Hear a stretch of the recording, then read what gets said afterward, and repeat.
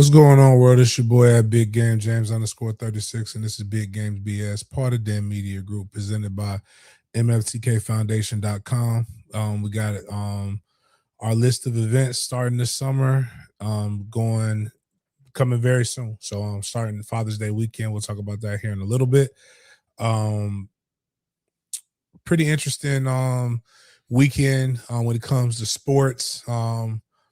The pugilistic arts were celebrated, as well as something that hasn't happened in my lifetime. I believe it hasn't happened in my lifetime.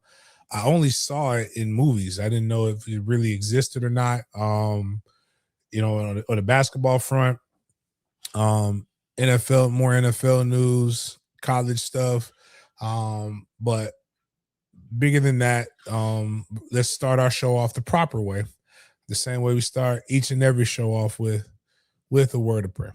You already know what time it is, dog. Thank you, God, for another day. Thank you, God, for another day. Thank you, God. God is great all the time. All the time.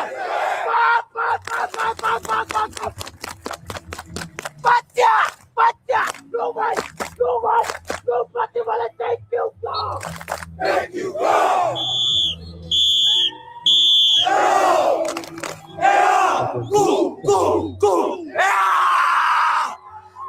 All right, let's get into it. Jaden, what we got going?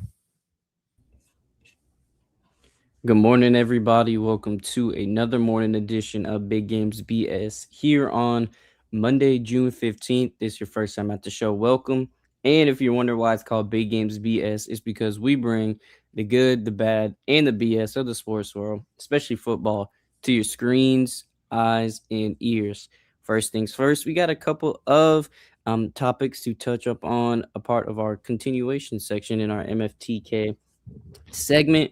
We got some more news coming from Adidas, and we got a catch to review before getting into some college football talk, starting with the home team with the Seminoles. We're going to look at some what ifs in college football and look at some other infographics before getting into the NFL. Going to start off with the Jaguars 904's team. Then we're going to get into some more updates for you guys and finish off the show with our Big Games BS section, where we bring the scope outside of the typical football world. We have a BS or Bustin' Food review segment. Then we also got to show some love to the Knicks as well. But first things first, let's get this shared with you guys so we can talk about the Southeast High School Football Classic 7-on-7, July 11th in 2026. James, tell us some more about this football classic.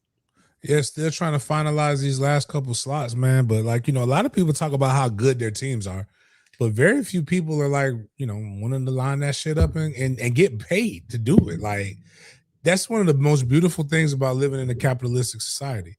Like, if you're as good as you think you are, you put a little ante up, and then you're banking on your team, but there's especially in the situation where people are talking about the Teddy Bridgewater rule, all these things. How can school right there? That's what I should have done. Actually, that might be my next post in honor of the Teddy Bridgewater rule. If you are a head coach, maybe the money goes to the head coach. If you really believe in your kids that much and you're doing all of this stuff, here you go. Heck, 500 times 16 is not a 10,000. So that lets you know already that it's not even a moneymaker. It's not even a real moneymaker. So with that, it's your 2,000, just with the prize, your $2,000 in the hole. Referees to fund that properly, fees and insurance is about 5,000. So it costs 15 to, and if you really think about it, you put other stuff in, incidentals, probably between $15,000 to $20,000 to run an event like this.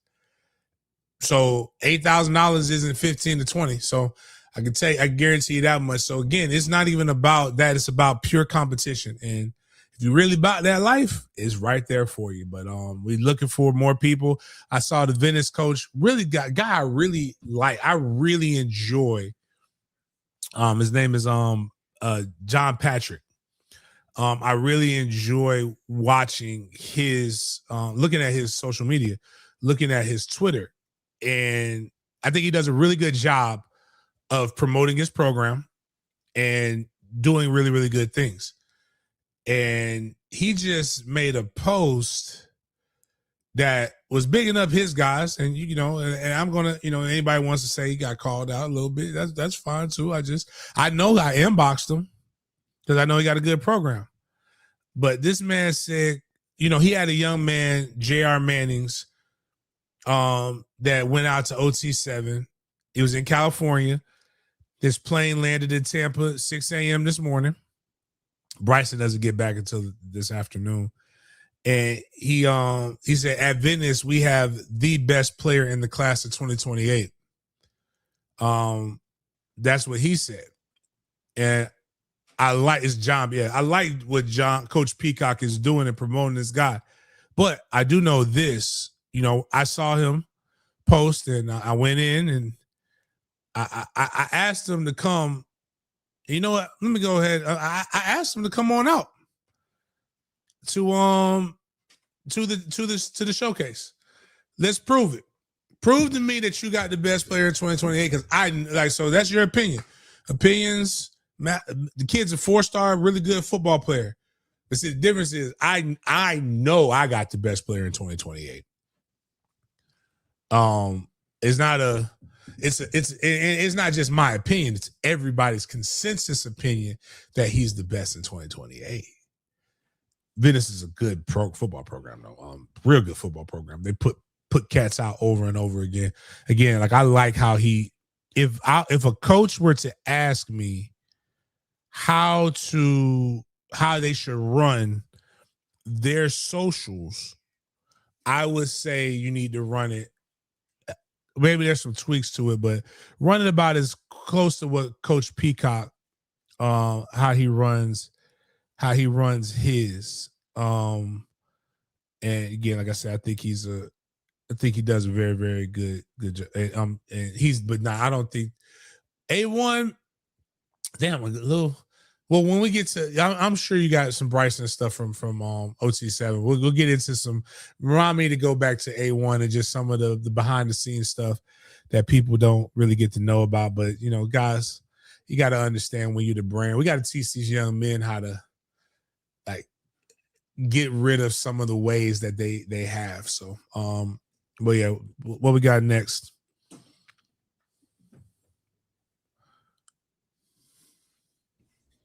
You have the second annual Tallahassee Legends Youth Football Camp that will be happening June 20th from 9 to 1 on Saturday. Where do people sign up for this camp right here?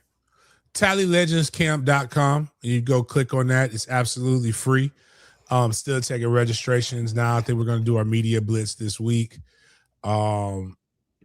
It's good camp. Open to men and boys and girls. Shouldn't say men and women because they're not. But open to boys and girls. Would love for everybody to take an opportunity to share and post this camp. It's free. Free food. Free instruction. Not every day or every camp will you get an opportunity to be able to be coached up by a Super Bowl, a person that was by guys. Let's just go. We'll go down the list. 4 NFL players, 3 former and 1 current NFL player. So that's one check. Not every day are you going to be able to say that you were coached by 2 guys who've played or participated in a Super Bowl. So that's another check right there. Not every day are you going to be able to participate and say you were coached by a Super Bowl winning champion. That's another check mark. And all came from out of your city. All came from out of certain neighborhoods. 2 Lincoln Trojans, 1 guy who was there. Man, that had I gone to Lincoln when Pat went to Lincoln, it wouldn't have been fair. And I should have went. I definitely should have transferred my senior year. I really thought about it. And a lot is said about recruiting And like recruiting is new and rich. I got recruited. I got recruited to the high school I went to, and I got recruited every year to leave the high school that I went to. Some to go back to the school that I was zoned for, some to go to a school that I wasn't zoned for, but I could have went to, and a lot of my friends went to in Rickards. And then one was my rival. My rival, North Florida Christian, recruited me every year to be able to come back there. Matter of fact, the reason why my sister went to Florida High is my mom threatened to remove me from Florida High and send me to North Florida Christian because they offered to pay for me and my sister to go. Thank God I didn't go, because God, I didn't want to go to that school. I was so tired of wearing uniforms from the middle school I went to. But you know, it's just, but being a Tallahassee guy there, and then Amari went to Childs, it's just, it feels good to be able to come back home and do stuff. And I just, now being able to run a structured camp on a Saturday morning, as a kid who used to jump the fence on Saturdays. Hold on, my bad.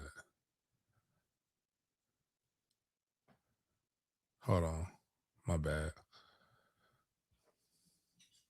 As a kid who used to jump the fence on Saturday mornings to go work that camp, I don't even like it's a feeling of pride. So I like that.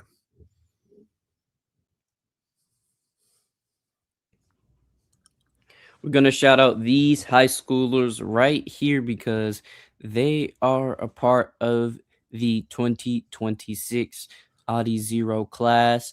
And these are 7 high school football recruits looking to make a name for themselves, especially wearing them 3 stripes. So you have USC 5-star cornerback commit Honor Johnson. Then you have Ohio State 5-star edge commit David Jacobs. 5-star wide receiver commit for Ohio State, Jameer Brown. Miami, 5-star wide receiver commit, no haircut, Nick. Then you got Nebraska QB commit, Trey Taylor.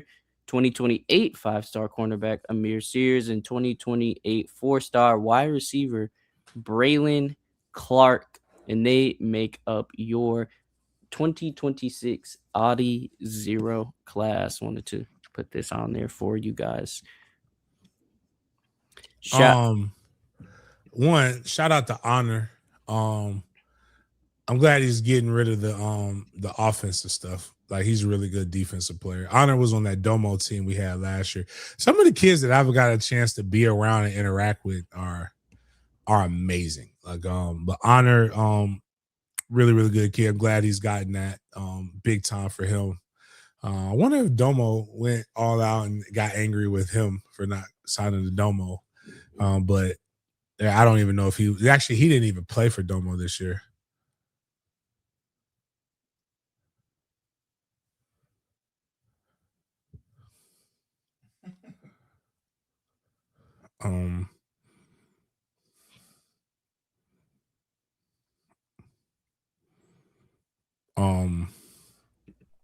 Yeah.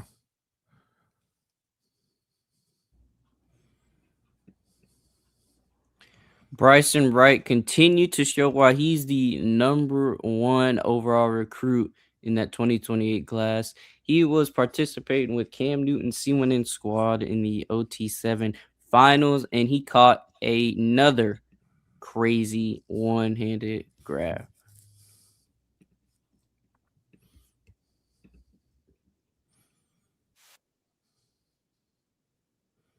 Yeah, sick.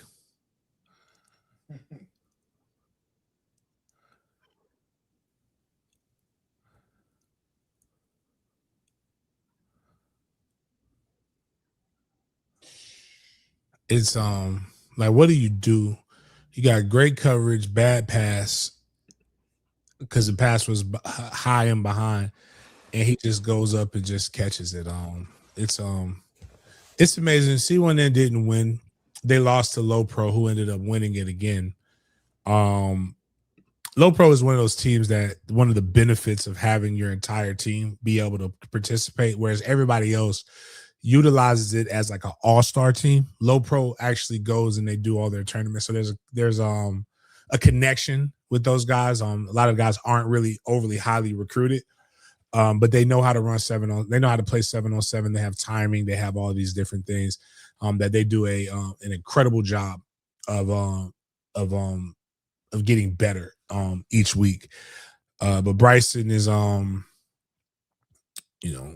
it just sometimes it just makes things look very easy. And he also allows other people to get better because of what they are able to accomplish and what they're able to do outside of because people are so focused and locked in on him.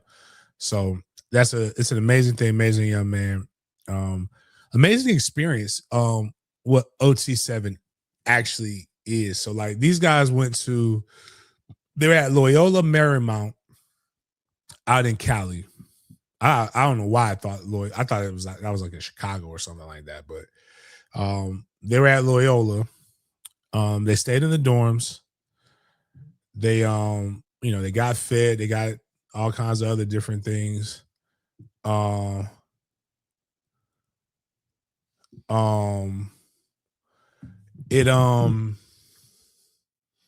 What I believe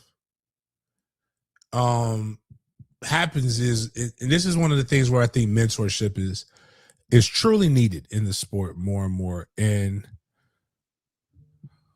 hold on.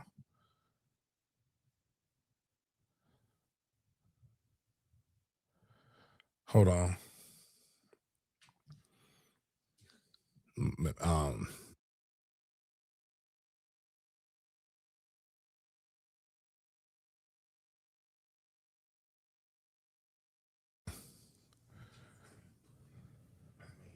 Does he do stuff like that in practice? Yes. See the teammates get upset after getting caught.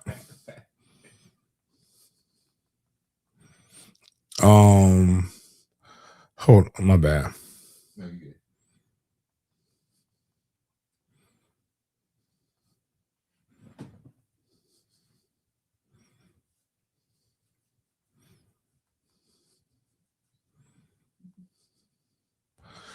Never mind, I'll wait till she responds. But he does these things all the time, and it just comes to the point where you're like, all right, man, I don't want. I mean, I just can't. It's like it's not. I don't want to say I can't be impressed anymore, because that's the wrong way to say it. It's like, oh, nothing shocks me when it comes to things that he's done anymore, because I've come to expect it, you know. Do the DBs in practice like show reference, or they buck up against? No, they try to buck up. A couple of them, that, like, well, the ones he's had to go up against the last 2 years was John, not John. What's my man name? Brody. Oh, Brody and Samaj. Brody and Samaj didn't fear him because they were really, really good, highly recruited.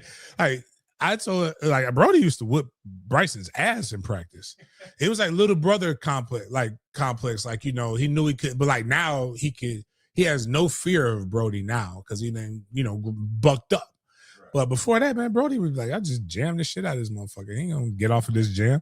And then Samaj's feet were so great that he could be in position, like, to just be there.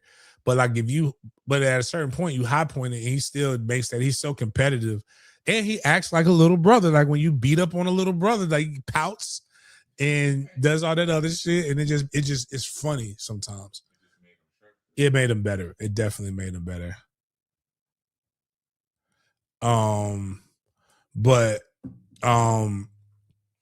Yeah, so that's the main thing with that. But somebody asked, is somebody better? A1 is an incredible athlete. I've seen A1. We've seen A1 get dunked on numerous times by Bryson too. Because again, A1 is the number one cornerback in the class of 2028. Another tweaker. My man got kicked out of OT7. So one of my favorite athletes is Marshawn Lynch, right? I love how Marshawn Lynch was so unapologetically Marshawn Lynch, right? But what we have, and I love teaching athletes to be that in time. You got to be great first, right? get yourself in the door, and then you can slowly make sure that who you really are comes out. And I don't mean go up there and like that. Don't do too much code switching, but you have to understand the time and the place, right? It's almost like be who you are, but understand the language in which you have to present yourself. So it's like Andre 3000. I'll use it. Andre 3000 and Throw Some D's remix, right? Ain't a hood nigga, but a nigga from the hood, right?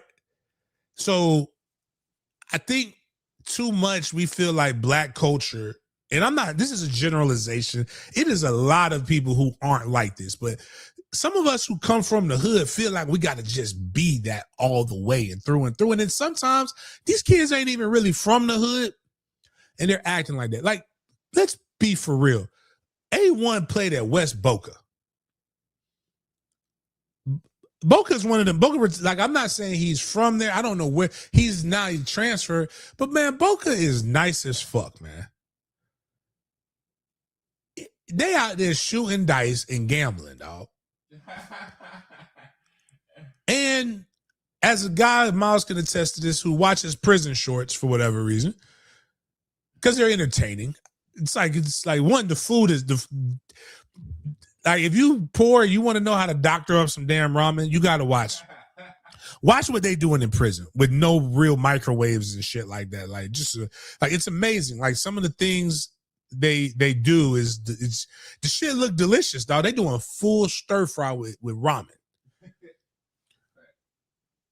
But like, they talk about when you gambling and when you owe people money, if they don't pay, you got to make them pay, or everybody's going to run over you, right?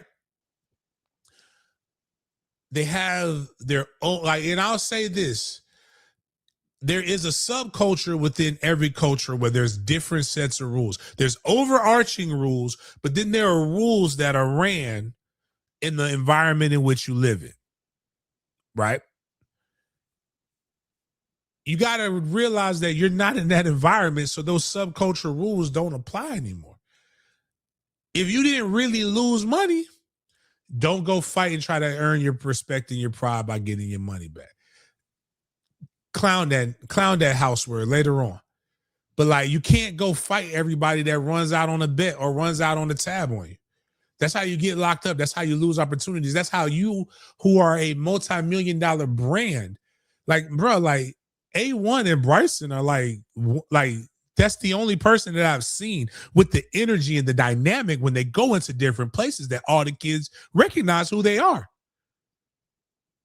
That's why you didn't see A1 on SFE. He got sent home. And it don't take all that, bro. Like, you're that guy.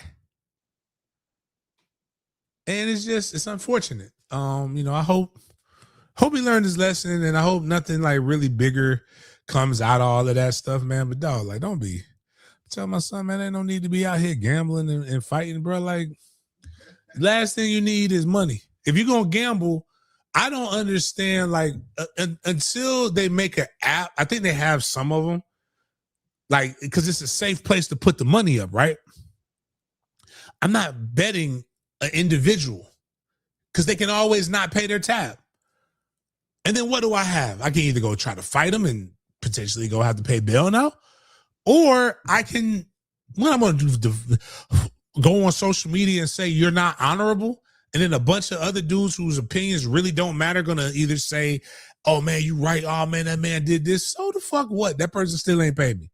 Right. Or you feel like the social media pressure is going to be so high on this person when the reality is nobody cares because they're not getting anything off of that. So unfortunately, A1 didn't get an opportunity to prove to the world that he was the best in the world, against the best in the world, even though every time he's gone up against the best in the world, he's been on the losing end of that.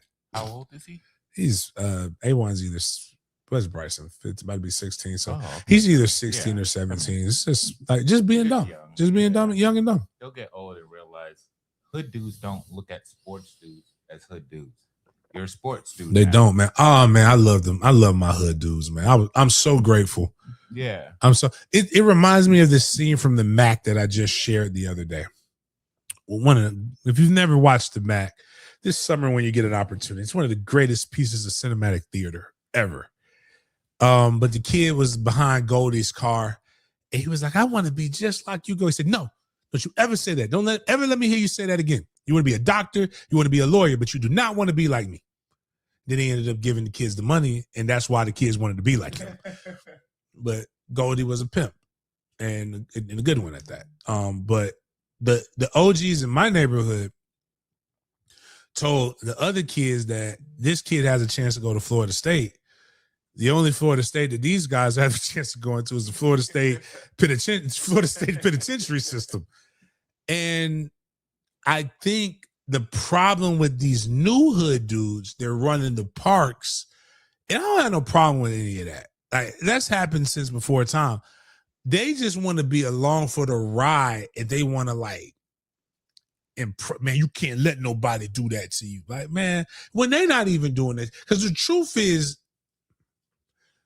outside of guys like me, like I was blessed, right? But most of the stuff people don't even understand how predatory it is.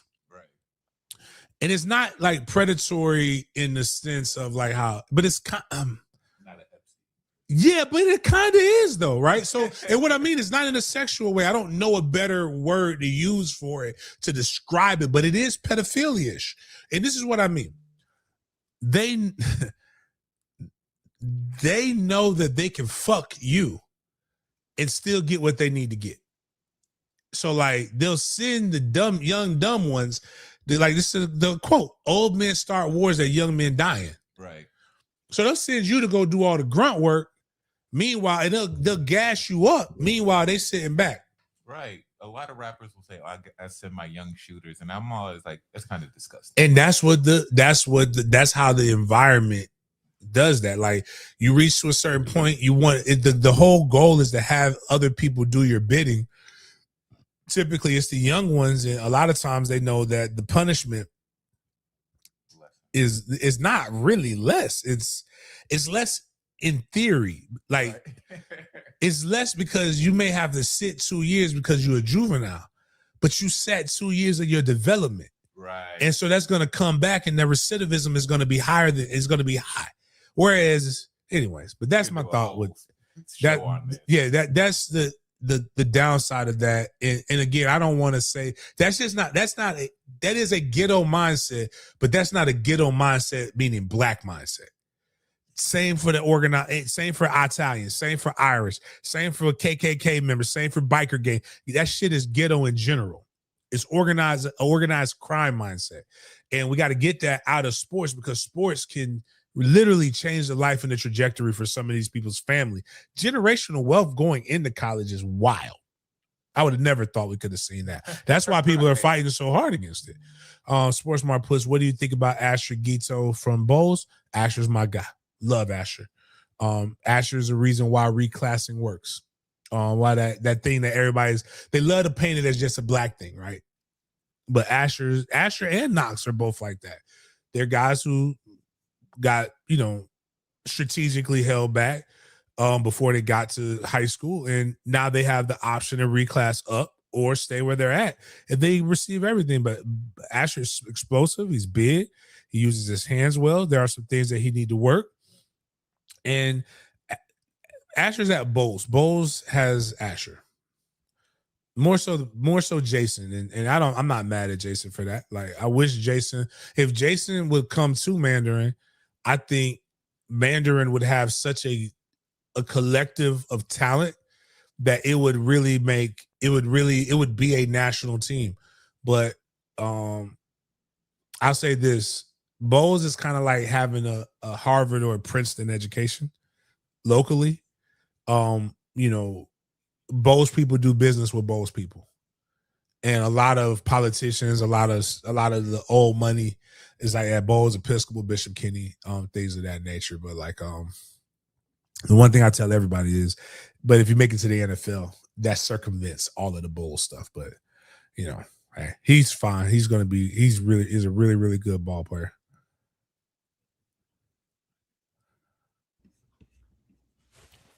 Let's look at a new commit for FSU, Jackson Holly.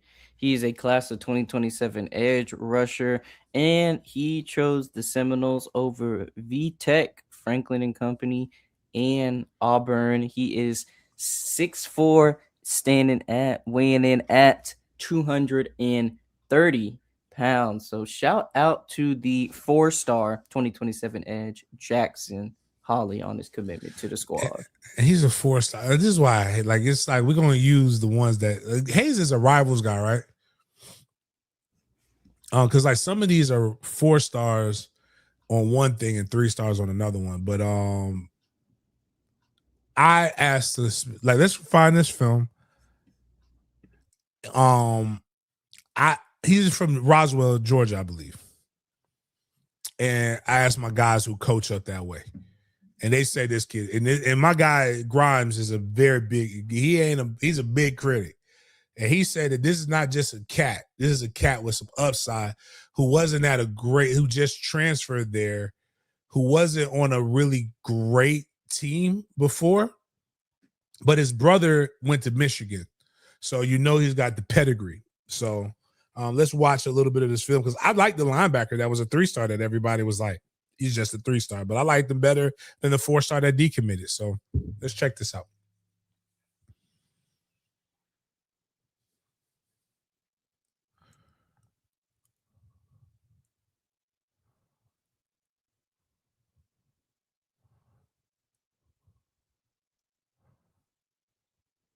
Okay. That probably wouldn't have been my first highlight, but okay, sheds blocks. You got to be able to do that.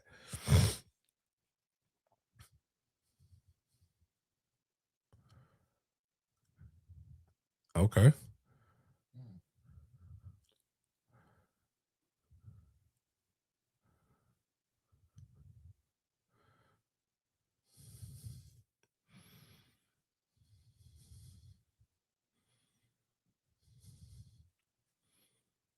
I like when I'm seeing guys shed blocks.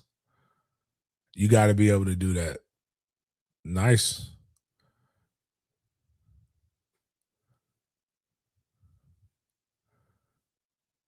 Push the guy into the tackle. Good stuff.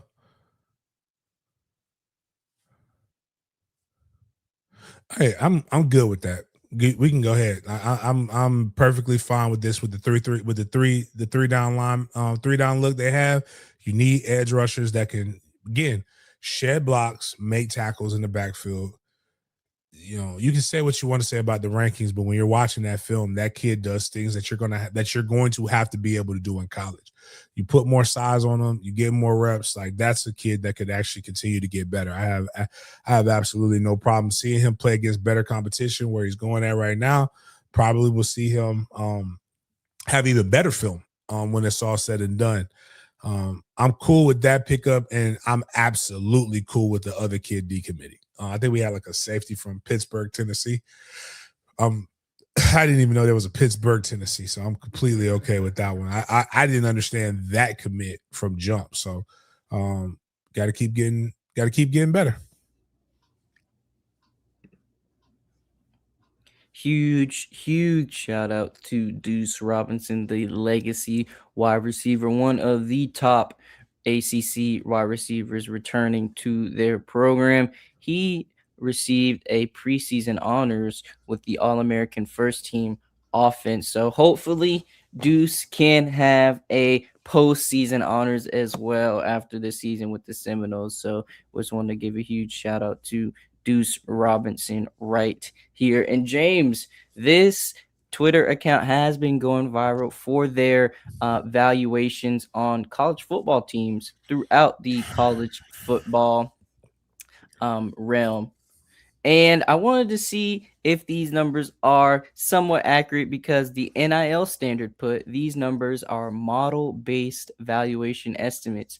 I've been seeing a wide variety of teams get their NIL valuations posted on this account, and it looks like they decided to do the Seminoles. So, James, I know you have a little bit more insight than the average Seminole fan. So, James, if we take a look at this chart right here, let's just go to the bottom first, so you can see the retained. Miles, you can blow that up a little bit, or somebody, so I can see the 29 point. Yeah, there we go. We good right there. So let's start with the bottom. It says retained 15.88 million, portal 11.63 million, and recruits 2.19 million. Let's keep that in mind. And first, let's go up to the offense. So this has a total of 8.33 million with the 7.19 for the defense. That's where you get the 15.88 number from. Just clarifying that for you guys. But James, let's take a look at the backfield first. You got Ashton Daniels, and Mr. Wisner, Trey Wisner, getting 1.8 and around 560,000. So, James, let's see if these valuations are doing their job. What do you think about first glance of those two players I just named and their reported NIL valuation right here? Well, I can tell you that number for Deuce is wrong. Like, I know that's wrong.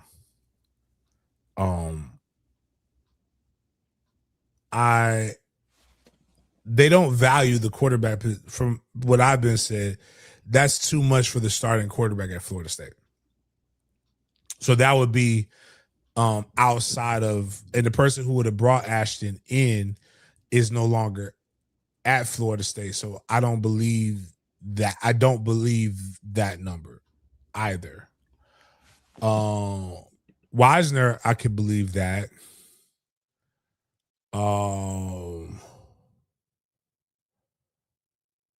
I don't believe Boggs isn't making that much money. Makai, I doubt is making that much, but Makai also might be getting from two different sources. You know, he's Olympic level track athlete, so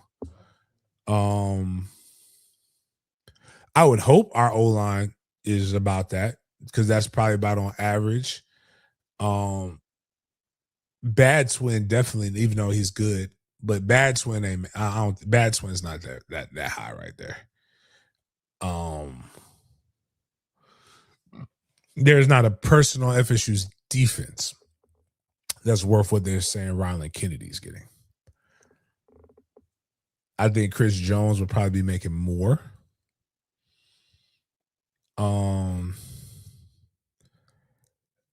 If that's what our corners are making, we definitely got those guys on a coupon.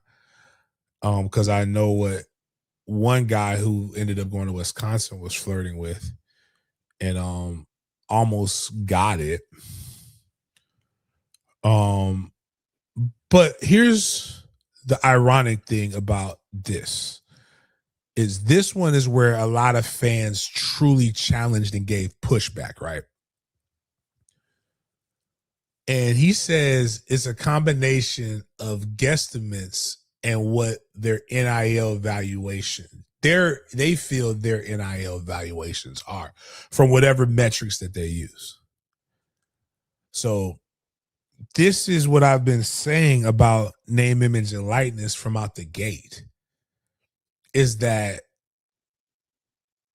we keep, and the reason why, it's kind of just like politics. It doesn't matter if somebody's in your face and telling you the truth. You're going to believe the blue check mark, even though blue check marks can be paid. Everybody listening to this right now can have a blue check mark. If you pay $5 a month, $8 a month, excuse me, you can get a blue check mark for $8 a month. You used to have to earn this shit. But Elon came in and said, hey, I know how I'm going to make some easy money off of these people. Or if you are with somebody that people view as reputable media, and they can push the narrative. So they've been telling you for years that players are getting paid millions. So like now everybody believes every player is making so much more money. That's why we need Congress to come in and save. That was it's the Save America Act. What is the shit? Not save. What's the shit they're calling the thing? We need you to save college football. Save us from these young men. Could you put that number up, Miles? I just want people to listen to, not Miles, excuse me, Jay, to put that up there again. I want people to realize what we're saying. We need to save the sport, please. God, please save us from these kids making this money. Think about the children for a second. This is what people are saying. I wish people had honor. Why won't they just, like, somebody put a tweet about Jalen Brunson, like, saying, I hope these kids are watching this and seeing that Jalen Brunson is took a pay cut in order to win a championship, and they remember these things. Bitch, Ashton Daniels made damn near $2 million. I tell you what, there's only one school that Trey Coleman cannot go to. But if them motherfuckers want to pay him $2 million, give me $500,000 and we cool. I'll turn the other way. I'll be disgusted spending out. I'll be so disgusted spending more money than I ever made from my son. You could go. Just make sure I get my check on the 1st and 15th because I like seeing 2 payments hit my checking account. Like I'll just say, like, man, some of the shit, dog, like it'd be wild, dog. It'd be wild, man.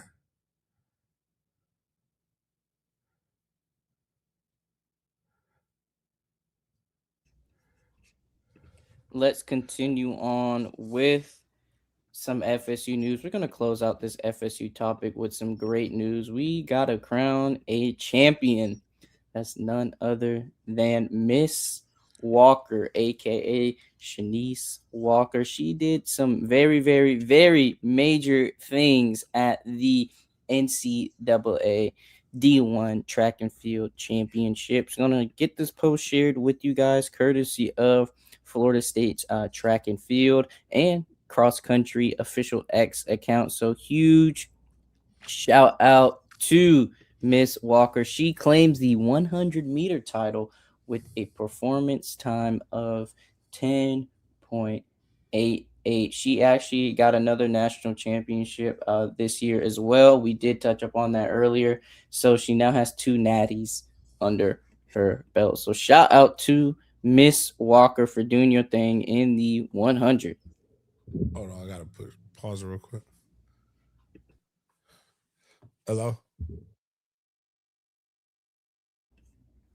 Huge shout out to Miss Walker. I know there's a lot of FSU track fans in the building, in the chat watching, and she has continued to show you why she is one of the best in the nation. Has 2 natties under her belt at her time at FSU. She's continued to put that program on her back and to put the finish line behind her as well. Congrats on doing your thing on that track and field, and huge shout out for your championship, man. Super proud of the track team and Miss Walker. So shout out to you.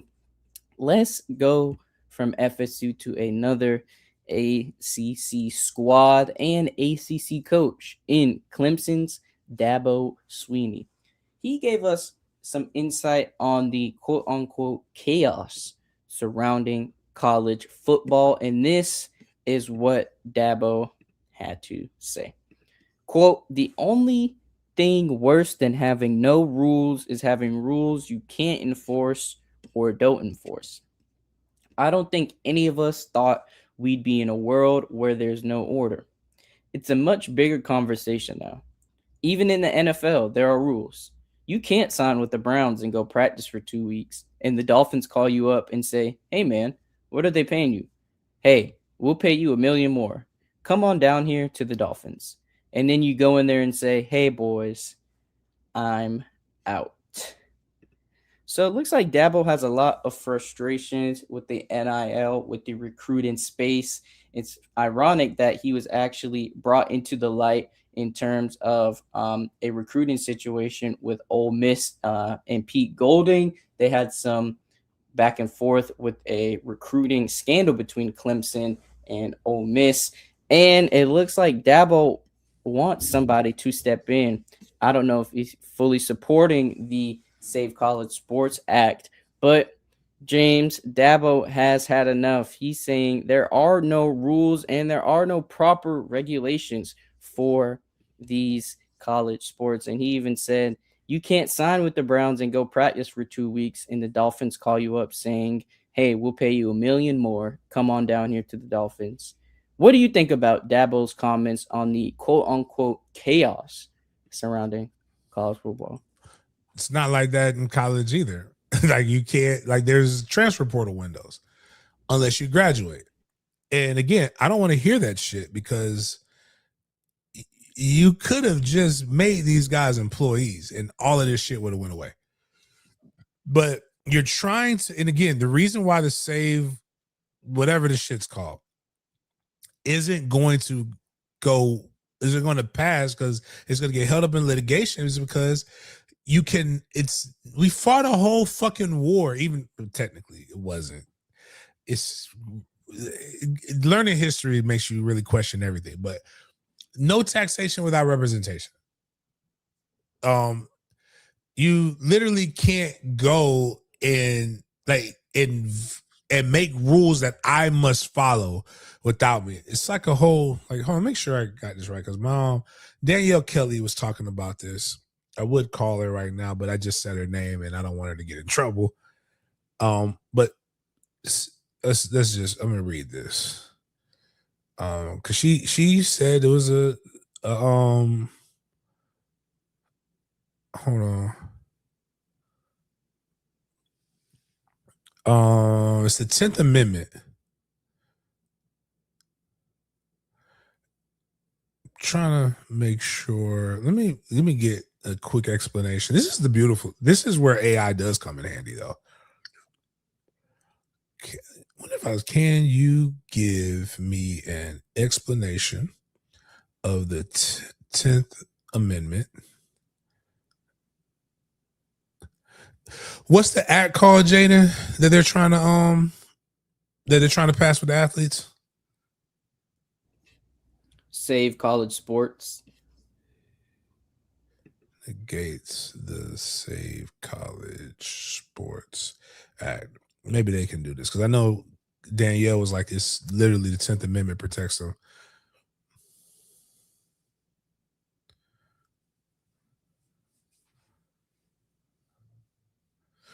Okay.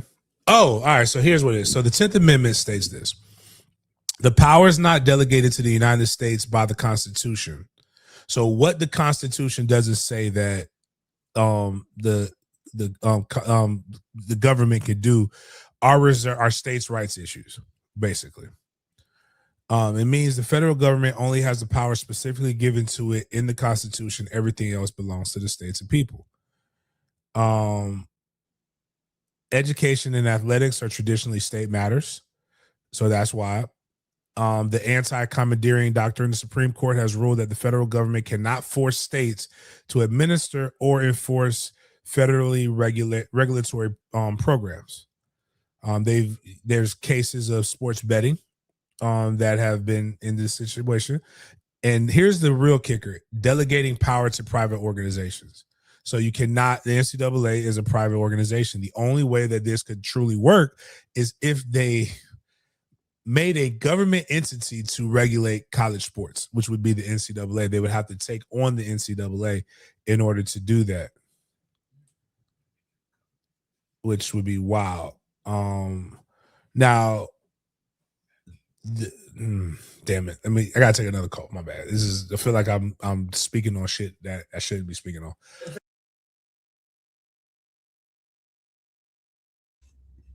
Thank you guys for rocking with us. And I am super, super excited to share this post with my college football fans because I know this is going to bring about a lot of great convos in the chat. And hopefully this will extend beyond this episode right here into your homes, into your group chats, into your everything. So a lot of people have been talking about the conferences in college football, the P4, Power 4 conferences. And recently, we've been having teams from other conferences go into those P4 conferences. The major news in terms of distance traveled for games has been with the ACC, with teams like Stanford and Cal. They have to travel a lot, and they have to travel very far distances to face other conference opponents. opponents, excuse me. And a recent topic that's been brought into conversation with the new conferences is a conference realignment based on geography. These are some ideas that people have been sprinkling throughout sports media, and somebody took the time to create a list based on that geography, and I wanted to give them a shout out and see how this would pan in today's conversation right now.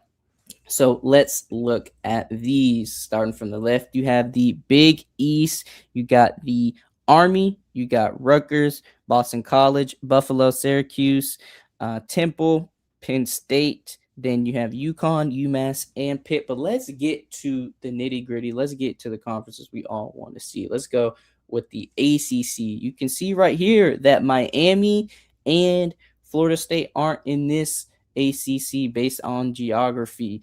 You have other teams such as you have ECU, you got East Carolina as well, and Charlotte. Charlotte was in that American conference. But look at the SBC right here, because this is the one that we are going to be spending a lot of time looking at, and that is the Sun Belt Conference. So you got the big three Florida teams all in the same conference. You got Miami, you got Florida, and you got Florida State. You also have the likes of USF and UCF as well. So this is the Florida powerhouse schools right here, and thought this was interesting. Let's take a look at the SEC as well. You got Alabama, you got Mississippi State, Auburn, Ole Miss, and you even got teams like a UAB and Memphis going into that mix as well.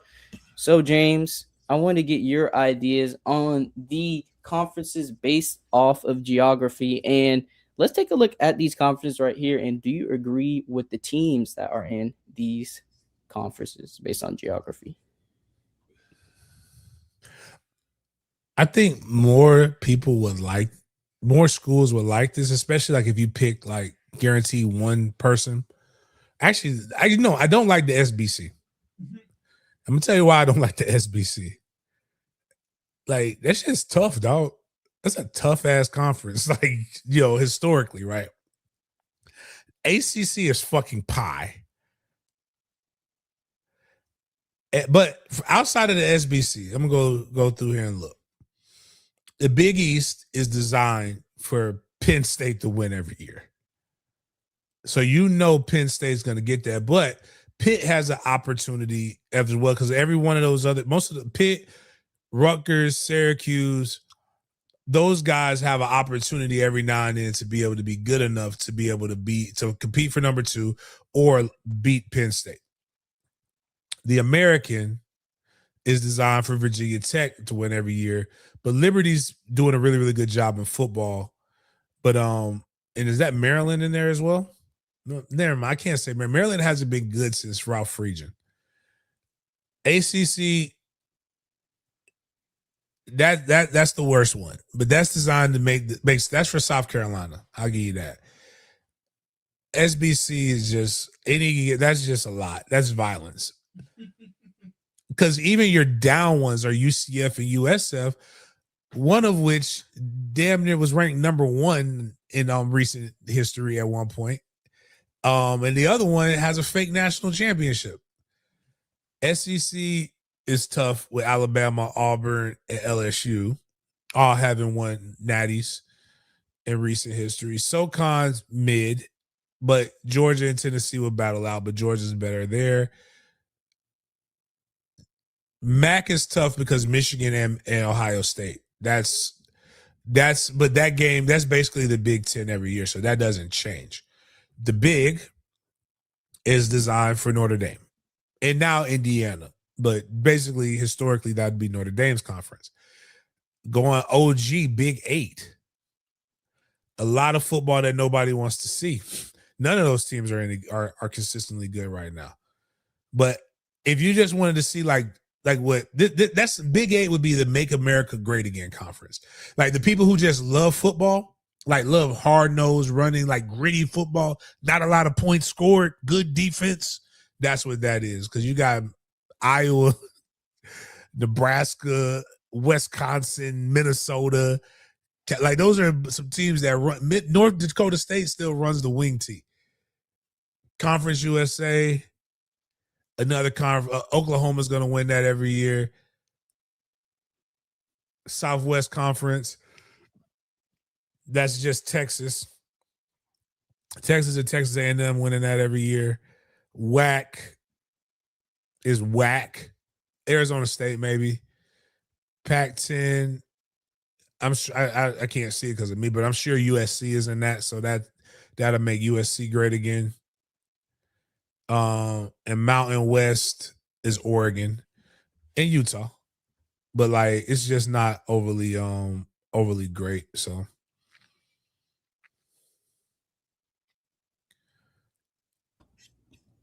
let's continue on to look at college football's most experienced defenses as we head into the 2026 season. So let's look at it from the top, and we're going to be going down, making sure you guys know which defense are the most experience. So let's look at it.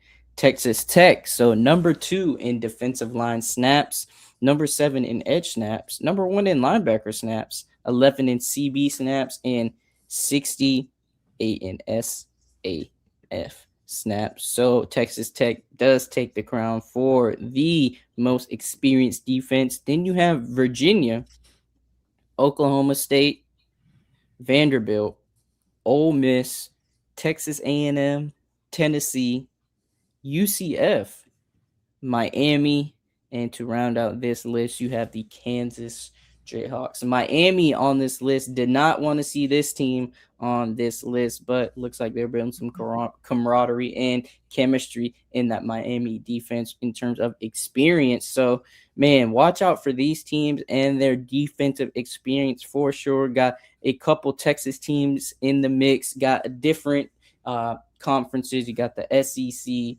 you got the ACC, you got other conferences in here as well. So you just want to keep you guys updated on college football's most experienced defenses coming into this next season. So keep an eye out on for those teams right there. And look at these matchups. According to CFB Tracker, these are the top. I don't know if they're the top, but college football matchups that have never happened. And I was surprised. FSU was the first team on this list right here. You would have FSU facing off against Texas.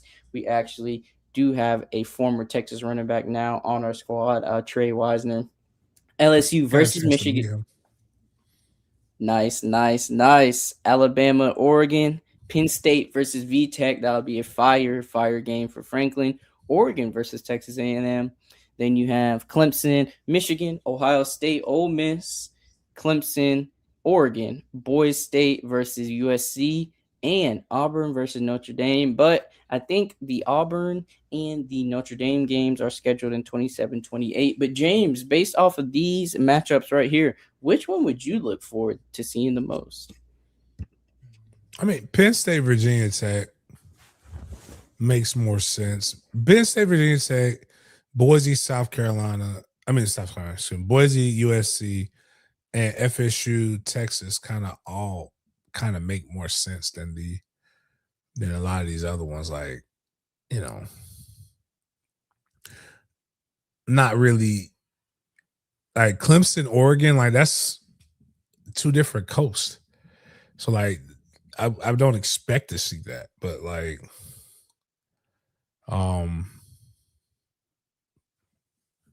but to be honest with you, all of them would be interesting matchups, though.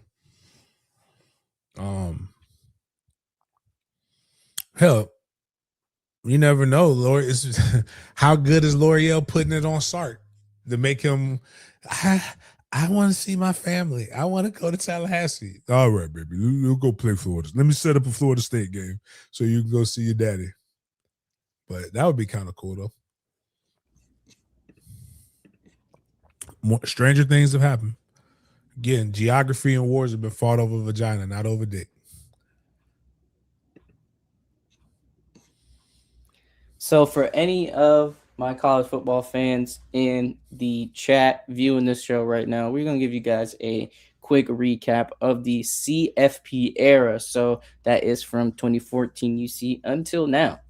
And let's look at the winners of each season right here. So 2014, you had the big four right here with Bama, Oregon, us, and Ohio State. Ohio State took the crown. And you had Bama taking the crown, Clemson, Bama in 2017, Clemson 2018. Those were the Trevor Lawrence years. 2019, LSU. 2020, Bama.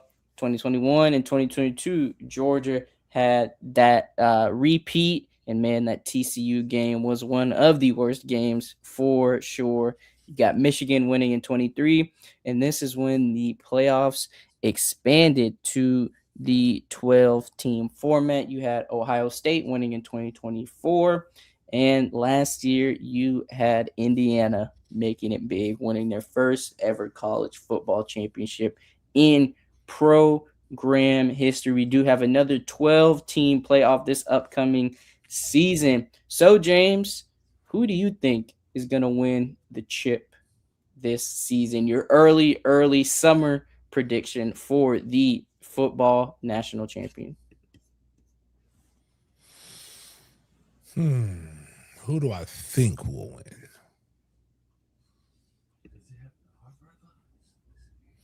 All right, that's a good. Might as well. We're gonna do it. Might as well bet, right? I know who's not gonna win. Is that easier for us to start off with? And I know this hurts me to my core, but I don't think Florida State's gonna win it. Don't know how to tell everybody that. To all the FSU fans, hate to be the one to break it to you, but it's not going to happen for us. But I'm sure the odds would be like a lot of money. So national champion.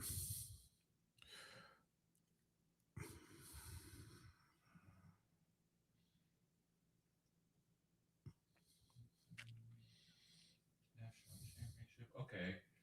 I see it here. You won't, if I'm being for real, right? And this is a wild statement. But it's time.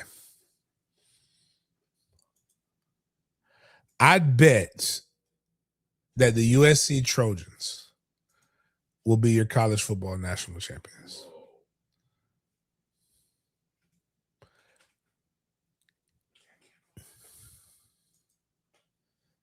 USC is, let's see here. They are plus 3. Plus 3,000. Yep. Yeah, plus 3,000. But that's who I would go with. And just thinking about the schedule, getting them there. But if it wasn't them, I would just the safe money is Ohio State. With JJ Smith's last year. Yeah, plus 600. So I mean, it's still plus money. Still a lot, yeah. Still, I mean, yeah. Who you got, Jaden? Miami, if I'm being honest. Oh my God, I forgot about them. A lot. So they are recruiting something very well. One of the things that you got to have is if you're not a great coach, you have to have something where there's a consistency and nothing more was more important in quarterback play. This is Miami's. I don't think Miami's had a quarterback that started 2 years in a row. Even the guy who circumvented De'Ara King, he went from being hurt to coming back in. I just don't think that. And when we go back and it was some good stuff that had, like Carson Beck, believe it or not, his style of quarterback play. This is why I said I think he's going to be a good pro. His elbow, it forced him to have to read and think about things. The Duke quarterback, I think, is good, right? I don't think he's that good, though. I don't think he's better than the last two guys that they've had. I don't think this team is better than the last two teams that they've overall teams. Really? Overall team. Okay. The year they should have won the Natty was 2 years ago. Old boy from Titans. Yeah, but even then, just like last year, it's like clockwork. Like, let's pull up Miami's schedule. And guys, this is me just. I'm just giving you my reasons. If somebody said they wanted to put money on Miami winning a Natty, I'm not gonna tell them that they're crazy. All right. They are also plus 1,300 behind the Bulldogs, Ducks, Longhorns, Hoosiers, Irish, and Buckeyes. All teams that I believe are just better than them.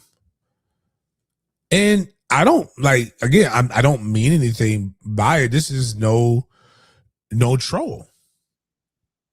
I'm trying to find. Let me get Miami's their schedule. I don't know. I can't. Let me look it up. The ACC. I'm over here making this shit harder than what it need to be. Here we go. I mean, I know they're gonna beat FAMU, but like, all right. So Miami starts. Oh, they start off playing Stanford.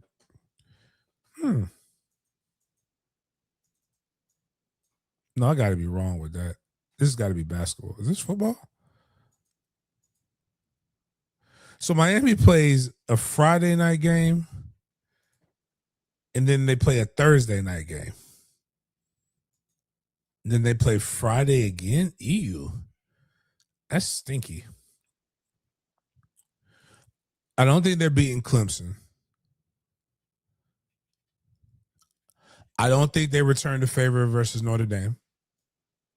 I mean, it never returns to, but I don't think they beat Notre Dame. And there's always a game that Miami loses that makes absolutely no sense. Yeah. In games that even when they had they lost to Virginia, a worse Virginia Tech team at home. That Hail Mary pass was caught, in my opinion. But it shouldn't have come down to that. And again, I don't think I believe they're going to beat Duke. Bill Belichick is going to scheme it up, but I think they're beating North Carolina. I'm pretty confident in that. If you ask me, I think they're going to beat FSU if I had to bet right now. But like, Miami is good for 2 losses that they shouldn't have. And that's the reason why I don't think Miami is going to win. And I think that comes down to that. This just comes down to the coaching and the run that they had. Like Ohio State. Did anybody actually watch the Ohio State loss? Ohio State lost that game. The quarterback threw a pick 6, and they couldn't get anything going on offense. I think Julian Sands is going to be better this year.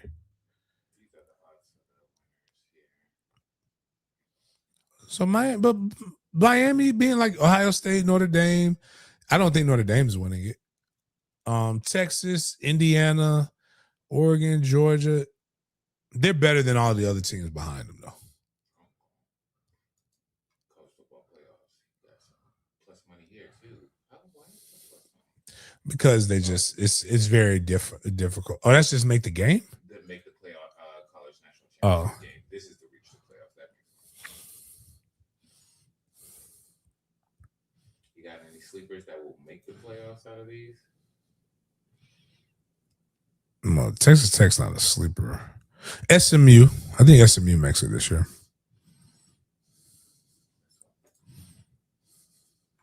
Plus 450.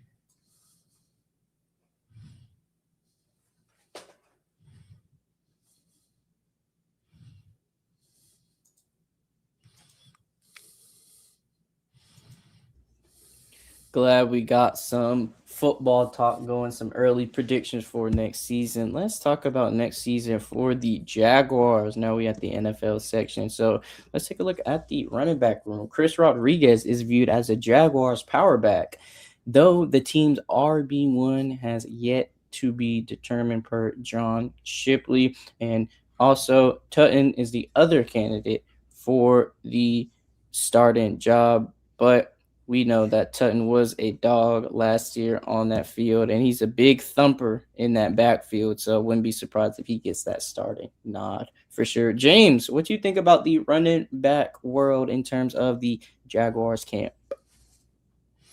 It's Tutons, and then the other guy's going to be RB2. I think it's just an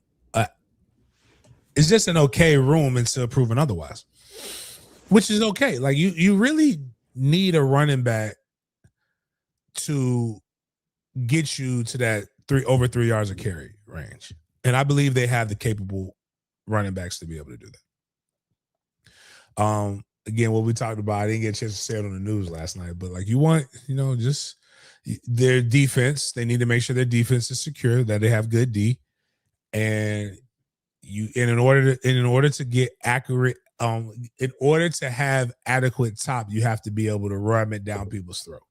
So, and that's what they're looking like they like what they're gonna do.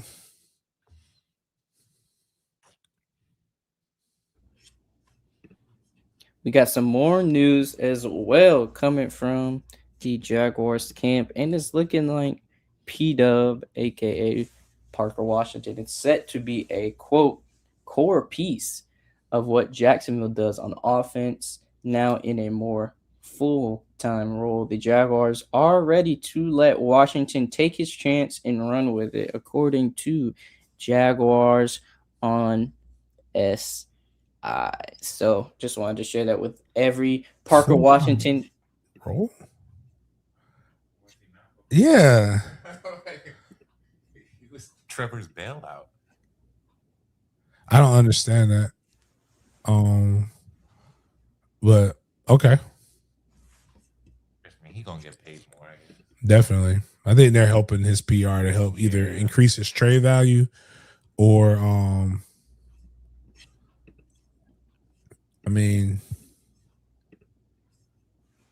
I guess instead of playing in 62% of the snaps, they want him to play in like 70% of the snaps or something like that. Maybe that's what they're trying to insinuate. Who's our most reliable? Right? Myers became the most reliable guy.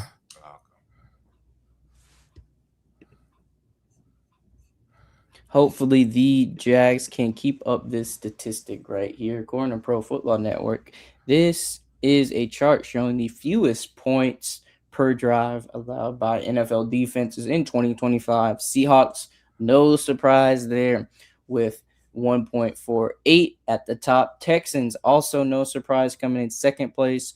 You got the Broncos as well. They had a crazy defense with Bonito in PS2. The Vikings, we know one thing. Their offense sucks, but Brian Flores gets that defense correct. And the Jags made your top five. They are one of 5 teams to allow the fewest points per drive in the NFL last season. Hopefully the Jaguars can continue their defensive dominance. I know we do not have Devin Lloyd anymore. A big piece on that defense is now a Carolina Panther. But hopefully with the additions and with the improvements of our current players, we can get better on that defensive side for sure and keep on doing what the Jaguars have been doing under Liam and company as of late. But man, James, the Jags were in the likes of some great defenses with this list right here. Hopefully they can keep it up. I mean, that was one of the benefits. Devin Lloyd definitely made their defense a lot better, but I think in year 2, they may feel comfortable more with, especially with a majority of that team, that defense staying intact. You also upgraded your D line with bringing in a D tackle that does a little bit better against the pass rush, and that's really where you could have truly improved. And I think Devin Lloyd definitely, when they went on when they kind of faded a little bit, was when Devin Lloyd was injured, and when he got back into that lineup, that's when you started seeing them excel again. But I I kind of like, again, until I see them like truly not win, it's unfortunate, like, because NFL is like it's boom or bust sometimes. But like, I got to give them the benefit of the doubt because it worked pretty well. 13 wins, it's a lot. With the recent offseason maneuvers and trades going on throughout the league, Fox Sports NFL posed this question: who's the best new quarterback plus wide receiver duo? And I honestly think this first one might take the crown for that. Drake May with his new wide receiver one, AJ Brown. You got Josh Allen and DJ Moore, Bo Nix and speedster Jalen Waddle, and Rodgers and Michael Pittman, Brock Purdy and Mike Evans. They're getting a little bit sad with Jackson Dart and Odell Beckham. And you got newcomer Mekhi Lemon with Jalen Hurts. James, who do you think is the best new QB plus wide receiver duo heading into the upcoming season?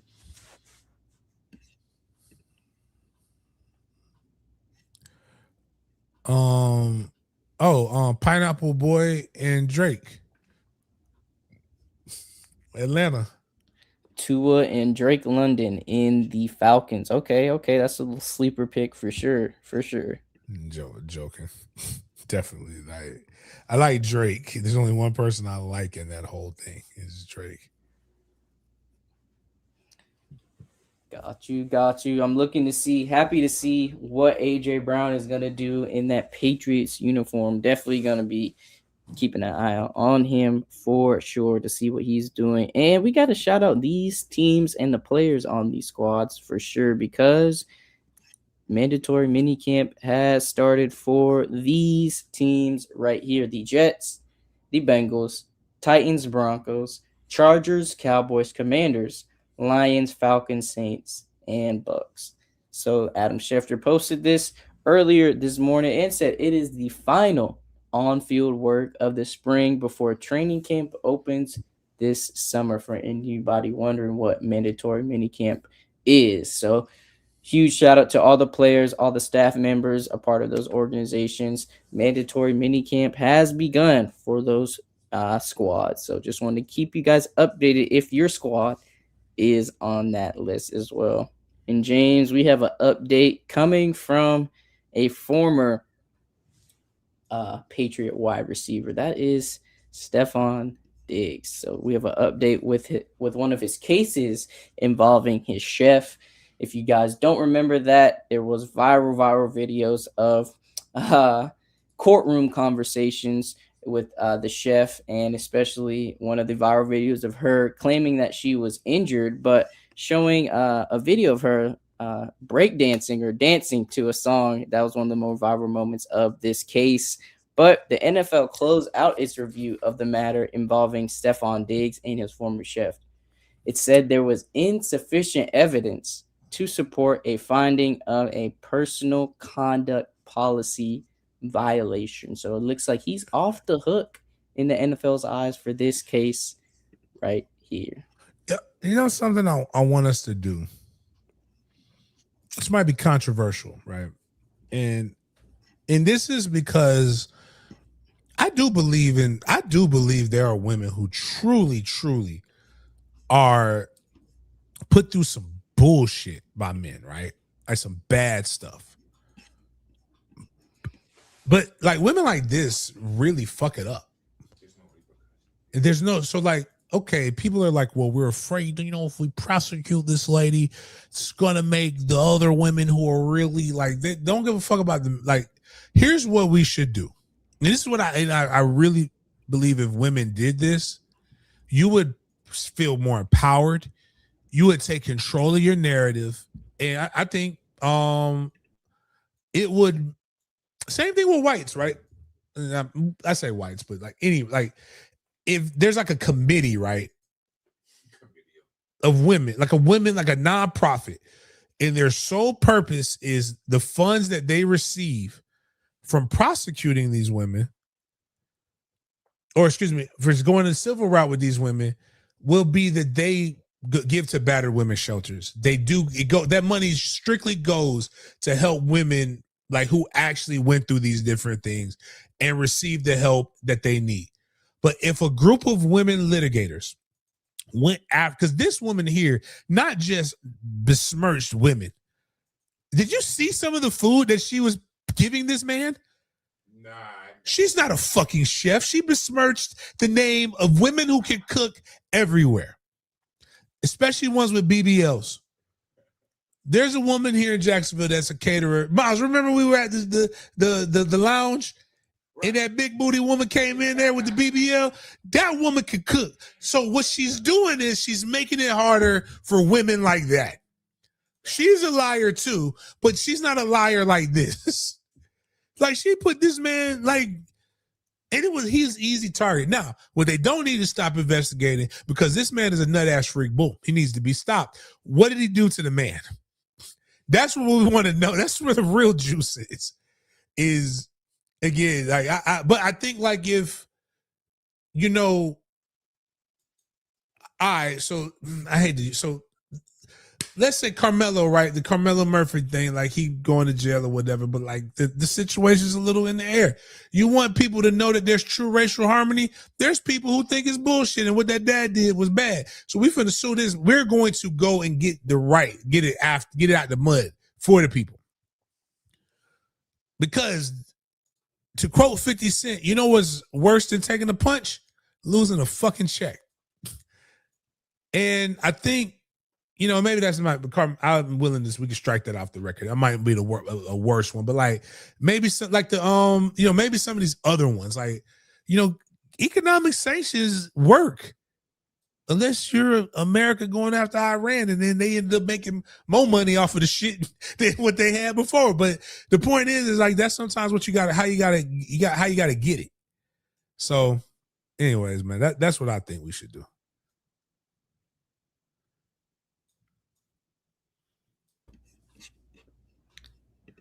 So, James and everyone in the chat, I got a question for y'all. And this question is something PFF came up with. I don't want to take the credit for that, but it had me thinking. Who had the best MVP season in the last 5 years? I know my answer, James, and is right in the middle. But who do you think had the best MVP season in the last 5 years between these Hall of Fame quarterbacks right here? Chiefs won in 22, right? Let me double check. Let me see. 2022. So that would be 2023 Super Bowl. Then let me check that. Yeah, they beat the Eagles by 3 points. That was that Super Bowl. I'm gonna go with the chefs. Patrick Mahomes, and the only reason because what's the point of being the best if you ain't the best? Now Lamar was cool. Was Lamar Jackson with some wide receivers that could catch his passes? Would be great, but like sometimes you don't throw a catchable ball. But like I think he's amazing. I think that year was good, but I got to give it to the guy who finished. That would be that's my opinion. Shout out to Patrick Mahomes for getting selected. And we got a Rossini rumor to talk about.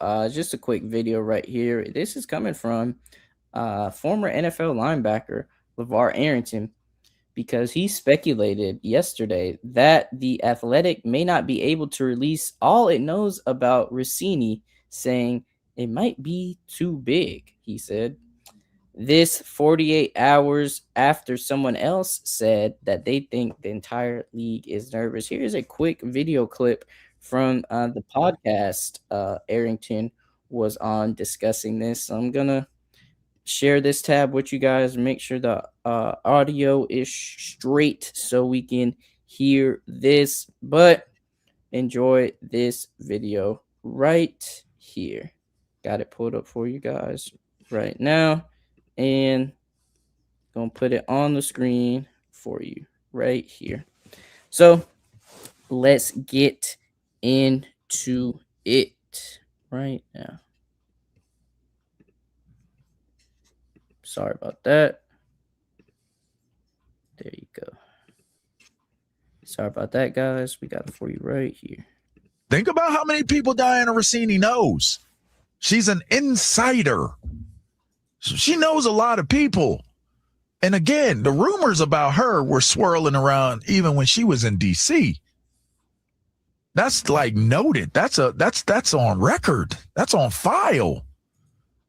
So if the Athletic comes out, they could boost what they got going on by putting it out there, because that could be like a Shannon Sharp type moment, like Shannon Sharp, Cat Williams launched. Some people could say launched Shannon Sharp's stardom. Oh yeah, this is that big. This is that big. This could be bigger. I also, because reportedly June 17th is when the findings will be made public, and so that's right in the middle of downtime to where it's sort of the summer vacation for everybody in the NFL, and that's just gonna pop off and be a major story. So apparently within the next few days we're gonna find out more about this investigation. Who knows? Maybe they'll just kind of sweep it all away and say, hey, nothing to see here. It might be too big, man. Yeah, it's you want the truth? You can't handle the truth. Unbelievable. They might not be able to release that. Yeah. They might not be able to release that information. On God, bro. They might not be able to release that information. If you asked around a little bit, I'm sure you could get as much information as you needed. You're not going to get it like this. That's that raw, uncut,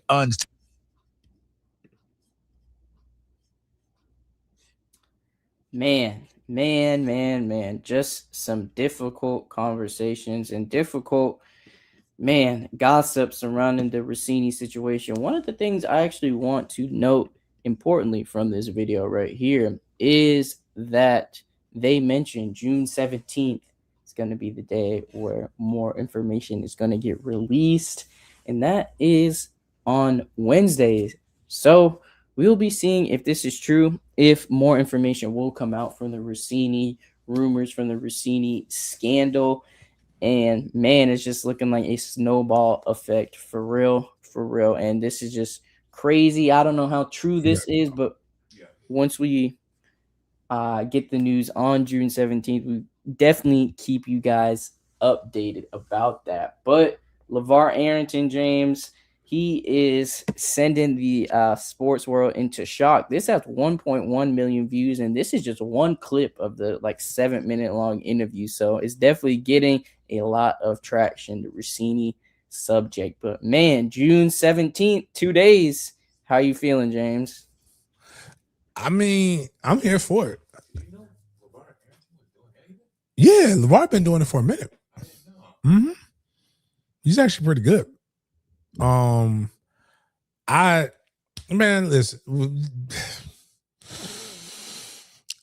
I say this: Indianapolis is never going to be the same if what he's saying is happening.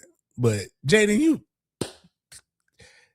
we're not going to say anything. But Jaden, Indianapolis, did you notice that there's some people are more friendly than others? Have you ever noticed that? Oh yeah, for sure. So I'm just saying there's a lot of private meetings. There's a lot of different things that go in. Some people get inside scoops reciprocated.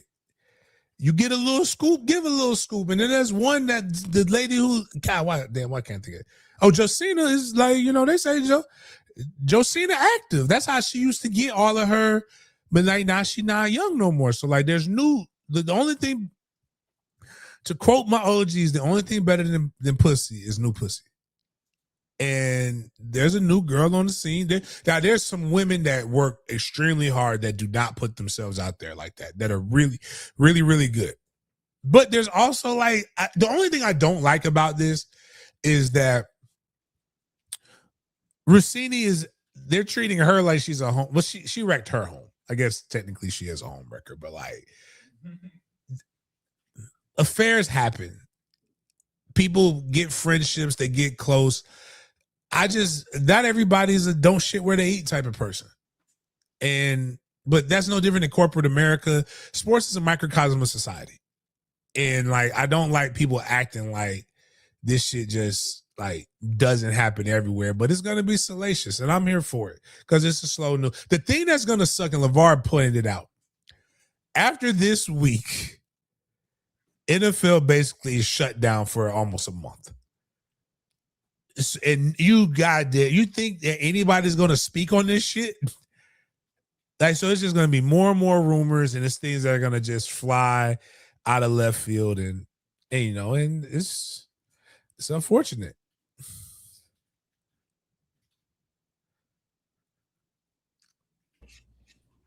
We have an RIP to get through as we close out this NFL topic. And if you guys are not aware, any of my 49ers fans out there, we are going to be talking about the passing of Aldon Smith, the linebacker for the San Francisco 49ers, former linebacker for the Niners, excuse me.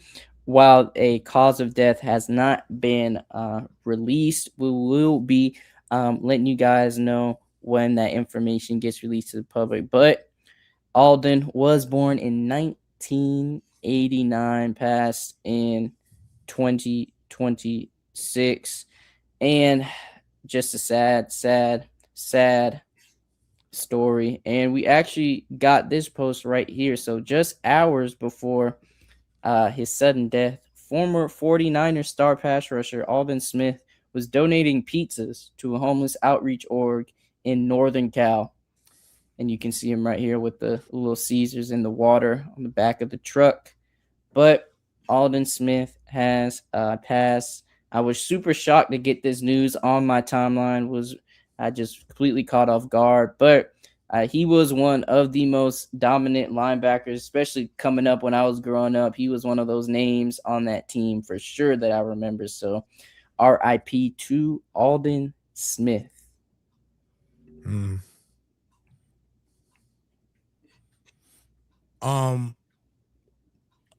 Aldon, again, just talked about mental health. One thing I hate about this is that now everybody, the only time people want to talk about mental health for men is when something bad happens. Like, you're going to go back to seeing, like, if you pay my bills, I don't want to go 50-50. Men are the enemies. Bears, pick the bear over the man. Men this, men that, men that, men this. And then when a man kills himself, I don't understand what happened. Why didn't he just come talk? Bitch, because your whole social media existence is that it's always the man's fault. Who am I going to talk to when I'm considered never the victim and always the aggressor or the enemy? Now, I'm going to also say it's always at the end. It's never the signs. I remember Aldon Smith as a good football player, but I also remember Aldon Smith as the guy who saw Colin Kaepernick's car in half. You got to remember, Aldon was the guy who it was on Any Given Sunday. That's what, but see, it was post years after that. Oh, so he got inspired. Well, it was different. LT saw Jamie Foxx's car in half because Jamie Foxx was talking shit and saying it was his team. And then he had to show them that it's two halves to make a team. There's the offense and the defense. That's what he did. But with him, what people don't remember, you probably don't remember this. I was the most skeptical. The reason why I believe in Colin Kaepernick now, I was the most skeptical of Colin Kaepernick. If you don't remember, one, it's just light-skinned people. I had my Derek Fisher jokes. I would never let Derek Fisher teach my girl basketball lessons because he's light-skinned sports figures are terrible people because they'll steal your girl and then everybody make you think, even if you're light-skinned. Remember, Derek Fisher got my man in a blender. That was his god kid's mom. But Aldon Smith's old lady is the one who Cap started dating. And after that it would kind of triggered that. And then Cap became woke. Sometimes you hit that third eye. She lets you hit that third eye and your whole mind process is different. Man started kneeling, hair grew, unbraided his hair, started doing all kinds of things but anybody who sleeps with a teammate's old lady is a terrible person to me. Because there's a lot of women in this world. You can choose somebody that's not in the locker room. In my opinion, I have a code. But that's probably around the time we should have been worrying about Alden. Allegedly, though, my bad. Allegedly, Alden did this, but you know, he's had some other issues where he's shown some quite zany behavior, and I do feel bad for him, and I want him to I want his family to grieve properly, and I do hope maybe that somebody does get some help because of what Alden went through. But like, Alden been wilding for a while, but it just seems like he was trying to do some things the right way. But a lot of us are. This is why you never know what people are dealing with, man. That's why sometimes I just say okay and just keep it moving, man, because I just, you know, this could be the day. It might be playing that Nick Hustle song that, you know, the AI Soul. I feel like slapping the nigga today, and I don't want to push them over the top for some dumb shit.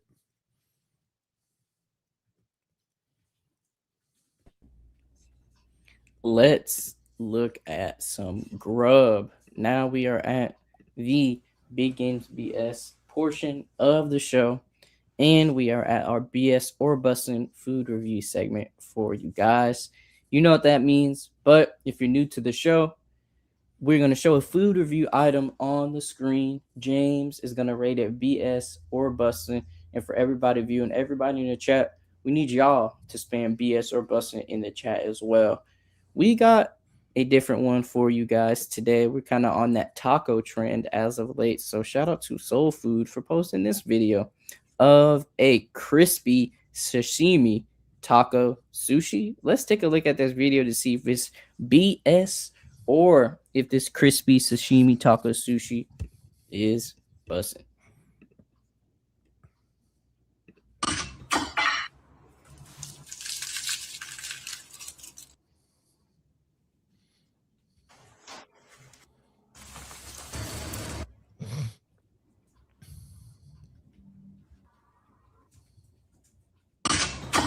I'm not eating it because I don't eat fish, so it's automatically BS to me. But if you put some fried tempura shrimp on that bad boy, I can see me messing with it, but I guess why fry part of it and not the whole? Are you frying the rice, but you eating the fish raw? But then again, like, I know people who like lobster rolls, and I saw somebody who went to New York to eat all the different types of lobster they can get, and he made a comment with the bread was hot, but the lobster was cold, and that was a texture he was going for, and I just don't.